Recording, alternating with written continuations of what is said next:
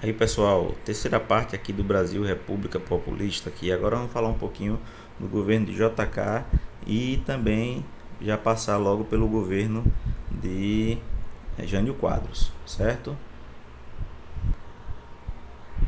Bom, após um clima de tensão aí de vários presidentes que sucederam Vargas, né, diretos e indiretos, desde Café Filho aí, Carlos Luz e Nereu Ramos, né, assume o poder com muito problema, tá? Muito problema mesmo. Juscelino Kubitschek havia ganhado a eleição contra o Plínio Salgado, o Juarez Távora, representante da UDN, e Ademar de Barros, né, que era do partido aí de São Paulo. Então JK ganha a eleição pelo seu partido PSD com apoio do trabalhismo, né? JK tem aí um pesado apelo, vamos assim dizer, na sua imagem, né? Uma imagem realmente associada a um homem moderno, mas um homem também ao mesmo tempo do povo, né? É um democrata, hábil politicamente. Ele é um presidente que deixa uma boa imagem, né? De um homem como ele era chamado, é o presidente Bolsa Nova, boa vida, simpático, elegante, um homem realmente democrata. Ele era um cara realmente da política muito bem instalado aí nos setores políticos, vamos assim dizer, né? Muito respeitado, apesar de ter, claro, problemas de seu governo para muitos não ter sido muito bom, certo? Então vai ser um governo de estabilidade, de liberdade política, apesar do começo conturbado, é assim que vai ser marcado do ponto de vista político. Tá? Ele vai conseguir terminar o seu mandato e economicamente ele entra também na política desenvolvimentista, né? Só que essa política desenvolvimentista, né, focado no futuro, na frente, olhar para frente, esquecer o passado, né? É o famoso 50 anos em 5. Ele estabelece através do plano de metas com ênfase na indústria. Só que detalhezinho aí, tá? Capital estatal conjugado com capital privado. Ele abre o Brasil para o capital estrangeiro. Para ele não tem problema com relação a isso, tá? Mas é preciso também que o governo faça investimentos em algumas áreas. E ele abre também essas áreas também para o capital privado. Então é uma conjugação desses dois. Investimentos na produção de energia, na área de transportes, de alimentos, de indústria de base, como por exemplo as hidrelétricas, rodovias. Vai ser muito famoso aí a construção de Brasília. Essas são áreas tipicamente de investimento público, né? E a indústria de bens de consumo duráveis. Então é uma nova geração da indústria no Brasil, tá? Então se nós vamos falar aqui de indústria, esse período é uma nova geração da indústria do Brasil, que é a indústria de bens de consumo duráveis, tá? E aí vai ser marcado, apesar desse crescimento, com alguma reclamação aí por parte de alguns setores que vão ficar esquecidos, muito mais a questão social, tá? Então alguns feitos aí, a construção de 20 mil quilômetros de estrada, entre elas a rodovia Belém-Brasília, né? Usinas como Furnas e Três Marias, implantação da indústria automobilística, né? Carro é bem durável, é bem de consumo, tá? Que vão chegar aqui as multinacionais no Brasil. Primeira multinacional aí, salvo engano, vai ser a Volkswagen, tá? Ampliação da produção de petróleo, criação do Conselho Nacional de Energia Nuclear. Vejam que são projetos todos grandiosos, né? No campo social, ele tinha a iniciativa de desenvolver o Nordeste através da Sudene, né? E não vai ser muito exitosa, né? Então, vejam aqui a Volkswagen brasileira, né? E vamos ter o parque industrial colocado aí no Brasil, tá? Detalhezinho aí, construção de Brasília, tá? Era uma coisa que já estava previsto na Constituição. Sair do Rio de Janeiro era importante, até então a capital era no Rio de Janeiro. Aí do Rio de Janeiro era importante, né? Sair do litoral, sair daquela confusão, sair de próximo do povo também, tem um pouco disso, né? Brasília é no meio do nada. E Rio de Janeiro era uma capital que na verdade tinha muitas coisas, não apenas função política. Então era uma necessidade que foi colocada aí à frente como JK, né? Mas era uma coisa que já estava até prevista, já se debatia, de que a capital política do Brasil precisava ser realmente em um lugar que fosse voltado para isso, né? Era uma ideia da época. E Brasília aí vai ser fundada, inaugurada em 61. Detalhe aí, né? Lúcio Costa, urbanista, certo? E Niemeyer aí o arquiteto principal. Jardins de Bulemax também, tá? Então esses caras aí dêem uma revisadinha, certo? Para a cidade que surge do nada, aí é patrimônio da humanidade, é uma das cidades consideradas mais belas do país, né? Como obra da engenharia humana, tá? Política desenvolvimentista, já chegando no final aqui. Vamos ver um crescimento do produto interno bruto, crescimento da indústria, crescimento do emprego, crescimento da renda, tá? Vamos ver diversificação econômica a partir dos bens de consumo duráveis, né? Os eletrodomésticos começam a entrar na casa do brasileiro, né? Aos poucos, e vamos ver uma desnacionalização, desestatização da economia, que vai ser muito criticado por aqueles setores que querem a indústria, né, 100% nacional, e pelos liberais vão ver isso como positivo, certo?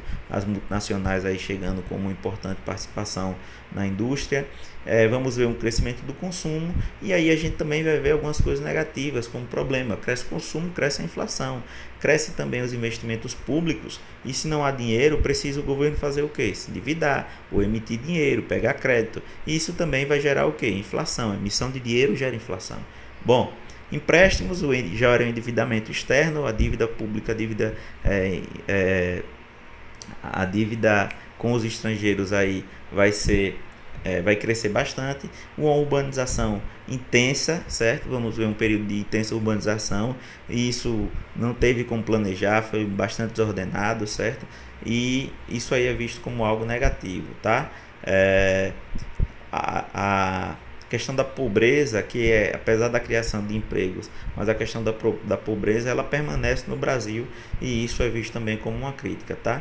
Bom, a partir da década de 60 aqui, vamos ver o crescimento dos movimentos sociais. Então, antes mesmo de falar sobre o final do governo aí de JK, né, vamos falar aqui de alguns movimentos sociais, presença das ligas camponesas, tá? Movimento aí dos camponeses no interior do Nordeste, movimento de esquerda, que tinha aquela questão principal como a questão rural, reforma agrária, mas tinha uma ligação também, gente, com o movimento de guerrilha, tá? 62, inclusive, não era governo de JK, era governo de Jango. Foi descoberto aí, né, que havia alguns campos de treinamento de guerrilha em algumas fazendas, e se questionou muito de onde vinha o capital para essas fazendas, né? A conclusão que se chegou é que esse capital vinha de capital soviético, capital chinês aí, né? Vamos ver também forte presença da União Nacional dos Estudantes, da Juventude Universitária Católica, da Central Geral dos Trabalhadores, certo? São movimentos aí que mais tarde vão ter aí os movimentos eclesiais de base lá, que ainda não surgiram, mas veja, há um grupo de movimentos aí, a maioria ligadas aí à ideologia de esquerda, tá? Vamos ver movimentos ligados à questão do trabalho, da reforma agrária, do campo, ligado dos trabalhadores rurais, né? E esses movimentos vão ser bastante presentes. Cultura também nos anos 50, voltando um pouquinho, relembrando que 50 foi a era do rádio, 60 é o início da televisão no Brasil, as conquistas do futebol brasileiro, a bossa nova, que vão ser elementos importantes na década de 60 e 70, né, na contestação do regime, né? Bom, um elemento importante aqui na aproximação do Brasil com os Estados Unidos, Carmen Miranda, né? Ela é uma portuguesa nacionalizada aqui brasileira, né? E vai fazer sucesso no exterior, vários filmes, né? O personagem Zé Carioca, criado pela Disney, né? Televisão no Brasil aqui, ó, TV Tupi, tá? Se cair televisão no Brasil, TV Tupi, primeira TV aí, né? Bom, vamos ver aqui também na década de 60 as conquistas da seleção brasileira em 1958, Copa da Suécia, tá? Brasil contra a Suécia na final, e em 1962 Copa do Chile, tá? Brasil bicampeão mundial de futebol, tá? A década de 60 é marcante para a história do Brasil. Bom, 61, governo Jânio Quadros, um fenômeno político trabalhista nacional, mas que tinha, apesar de vir do PTN, tinha uma ligação com a UDN, foi apoiado, né? Venceu o Marechal Henrique Teixeira Lott. Vejam todos vocês o seguinte, que marechal, político, general, todos eles se candidatavam, tá? A gente quando entrar no regime militar, mas vejam o seguinte, que os elementos militares, eles tinham liberdade, os militares tinham liberdade de se candidatar. Isso só vai ser cortado com a Constituição de 88, tá certo? Bom, voltando aqui, por causa daquela questão de o presidente ser de um lado e o vice por ser eleito separadamente, foi o que aconteceu. Foi eleito aí, né, pelo PTB como vice o João Goulart, que foi herdeiro político do Getulismo, foi ministro do Trabalho lá. Então Jânio Quadros, presidente, era de um lado e João Goulart do outro. Acontece, né, que Jânio Quadros subiu na base do populismo, de varrer a corrupção. O lema dele era o varre, varre, vassourinha, né? Ele, carismático, personalista, era bastante controverso, tá? Queria defender a austeridade dos gastos públicos, porque considerava muita coisa corrupção, ou meio de corrupção, para combater a inflação também, e isso era necessário. Tinha apoio da classe média, do trabalhador, era uma salada, né? Política interna vinha um conservadorismo econômico, né, para congelar salário, cortar subsídio de trigo, economizar dinheiro público, combater a inflação, mas tinha um moralismo, como proibir briga de galo, corrida de cavalo em dias úteis, criticava o uso de biquíni, né? Política externa era independente. Você pode pensar, nossa, o cara era austero, ele era um político de direita, né? Mas ele não se aliou com os Estados Unidos, ele reatou relações diplomáticas com a União Soviética, com China, com Cuba. Ele inclusive condecorou o Ernesto Che Guevara como, né, com a Ordem do Cruzeiro do Sul, que é um dos principais comendas do Brasil, né? A UDN rompeu com o cara em 61, ele meio que renunciou. Alguns falam de pressão, outros falam que o cara era muito estranho realmente. Bom, o fato é que ele renunciou, e ao renunciar, o vice, né, estava em visita oficial à China comunista. E aí João Goulart, herdeiro político do trabalhismo, próximo do comunismo chinês, isso gera uma crise política fortíssima, né? E a presidência entregue aí ao presidente da Câmara, Ranieri Mazzilli, né, com forte oposição aí dos militares e dos setores conservadores contra Goulart, pelo medo do comunismo. E do outro lado, a galera que era a favor do João Goulart disse, não, vamos seguir a lei. Então surge a campanha da legalidade, o Frente Legalista. Surge aí o seu principal aliado, né, Leonel Brizola, que era governador do Rio Grande do Sul. Tinha também uma militância, pregava também a luta armada, né? Apoiado aí pelo comandante do Terceiro Exército, o general Machado Lopes. Vão encampar a campanha da legalidade, a defesa pelo direito da posse de Jango, né? E ele vai ter apoio dos líderes sindicais. Então veja que era um momento muito conturbado na história do Brasil. Foi feito um acordo para que não houvesse guerra civil, não houvesse, esse era o medo, né, de conflito, de guerra civil. Durante todo o governo de Jango, a linha dos conflitos vai ser bem tênue, né? Isso vai acontecer durante muito tempo. Chega-se a solução que Jango fica no poder, mas não governa. Vai ser instituído o parlamentarismo, e isso vai ser, o governo vai ser conduzido pelo Tancredo Neves, né, que vai ser primeiro-ministro, e isso vai permanecer até 63, quando ele ganha mais poderes a partir do plebiscito, que a população vai escolher o presidencialismo, né? Então tá aqui o João Goulart, né, manifestações populares, o pessoal era a favor dele, e ele, como por toda essa instabilidade política, ele teve uma política populista, reformista e vacilante, tá? Ele era populista por um lado, mas queria agradar alguns setores do outro, tropeçava um pouco em algumas atitudes, né? E tentou promover algumas reformas sociais, algumas reformas na economia, principalmente na economia e o Plano Trienal de Desenvolvimento, a partir do famoso economista Celso Furtado, né, em que tem essas propostas aí, veja, como desapropriar latifúndios, ou seja, fazer uma reforma agrária, pegar refinarias particulares de petróleo e encampar, ou seja, nacionalizar, reduzir a dívida externa do Brasil e diminuir a inflação. Como isso? Mantendo o crescimento, sem arrochar com os trabalhadores. Então são propostas que ele faz, mas ele não consegue cumprir, tá? Já tinha falado um pouco disso aqui, a atuação intensa dos movimentos sociais, né? E havia bastante insatisfação econômica e crise política, desagradava a direita e a esquerda, né? Não sei se o Jango teria muito o que fazer, mas a verdade é que ele não conseguiu fazer. A oposição era bastante financiada por alguns institutos, né? Financiou alguns institutos empresários, Instituto Brasileiro de Ação Democrática, Instituto de Pesquisa e Estudos Sociais, né? A gente via muitos jornais, revistas, rádio, televisão, muita oposição. Então era um clima político tenso, era um clima também que a gente tinha de comemorar de liberdade. Então eu sou sempre a favor, apesar dessas disputas, desde que não haja violência, né? O debate é saudável, o debate politicamente. Bom, alguns eventos finais do governo João Goulart aí, gente. Muita agitação política e social, tá? Era um alto número de greves, Em 63 houve a rebelião de sargentos em Brasília. João Goulart apoiou isso foi visto como quebra de hierarquia. Os setores militares, caramba, João Goulart, como é que você apoia a quebra da hierarquia militar, né?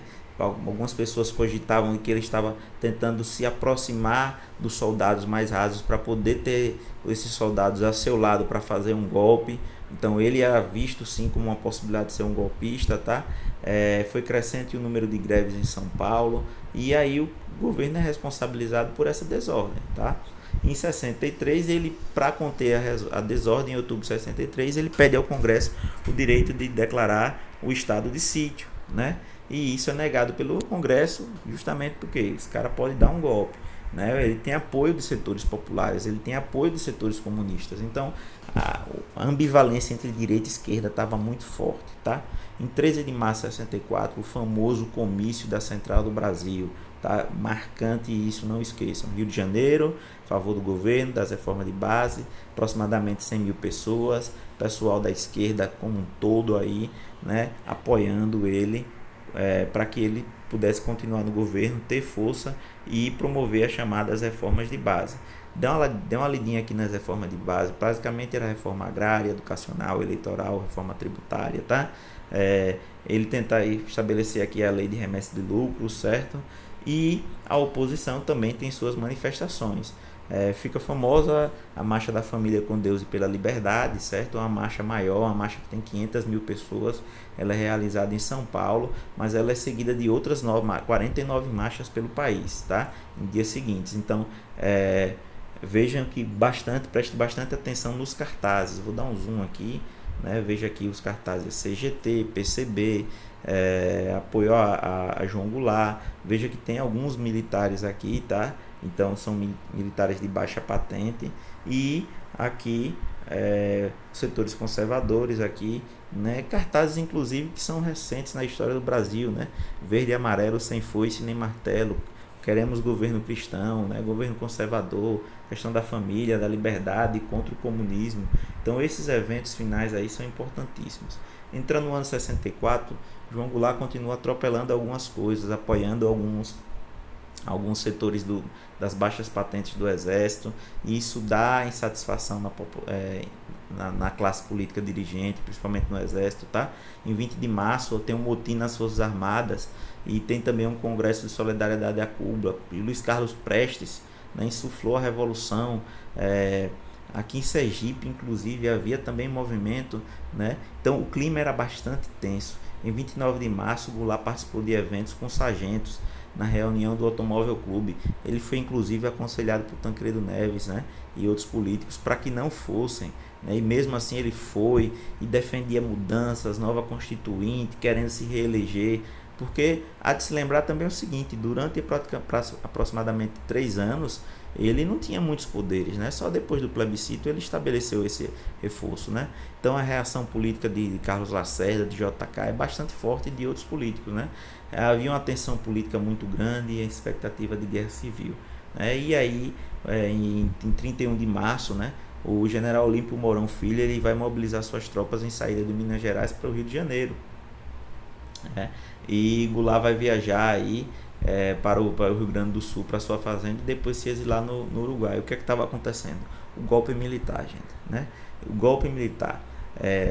Alguns relatam que o presidente, inclusive vai ser o próximo presidente aí, o Castelo Branco, ficou sabendo, e o movimento não era para ter iniciado naquele momento, mas o general Olímpio Mourão se mobilizou, se adiantou, né? Olímpio Mourão Filho foi o mesmo cara do Plano Cohen lá de Vargas, né? Então houve esse golpe militar em 31 de março e João Goulart evita a resistência armada mesmo a contragosto, tá? Brizola mobiliza, tenta mobilizar o pessoal. A greve há uma convocação muito forte de greve da CGT, mas essa greve não leva muita gente. Então, por quê? Alguns falam de medo do exército, outros também falam do seguinte: apesar das manifestações, o clima de manifestações contra e a favor, a população a favor contra o governo de João Goulart era muito maior, certo? Não necessariamente em favor de um golpe, alguns sim, Alguns defendiam que os militares assumissem o poder, né? Alguns queriam a deposição de Vargas. Outra coisa é que, apesar das manifestações, muito trabalhador não foi a favor de João Goulart, porque ele não conseguiu resolver a situação econômica do país, né? Então isso pesava contra ele. Bom, o Ranieri Mazzilli, que era o presidente da Câmara, assume aí a presidência, vai declarar vago o cargo, né? Já que o João Goulart tinha saído e viajado, se exilado no Uruguai, foi contado o prazo, convocou eleições indiretas e o Congresso elegeu o general Castelo Branco, que vai assumir 15 de abril de 64, vai ser o início do regime militar aí, tá? Um grande abraço, tchau, tchau, bons estudos.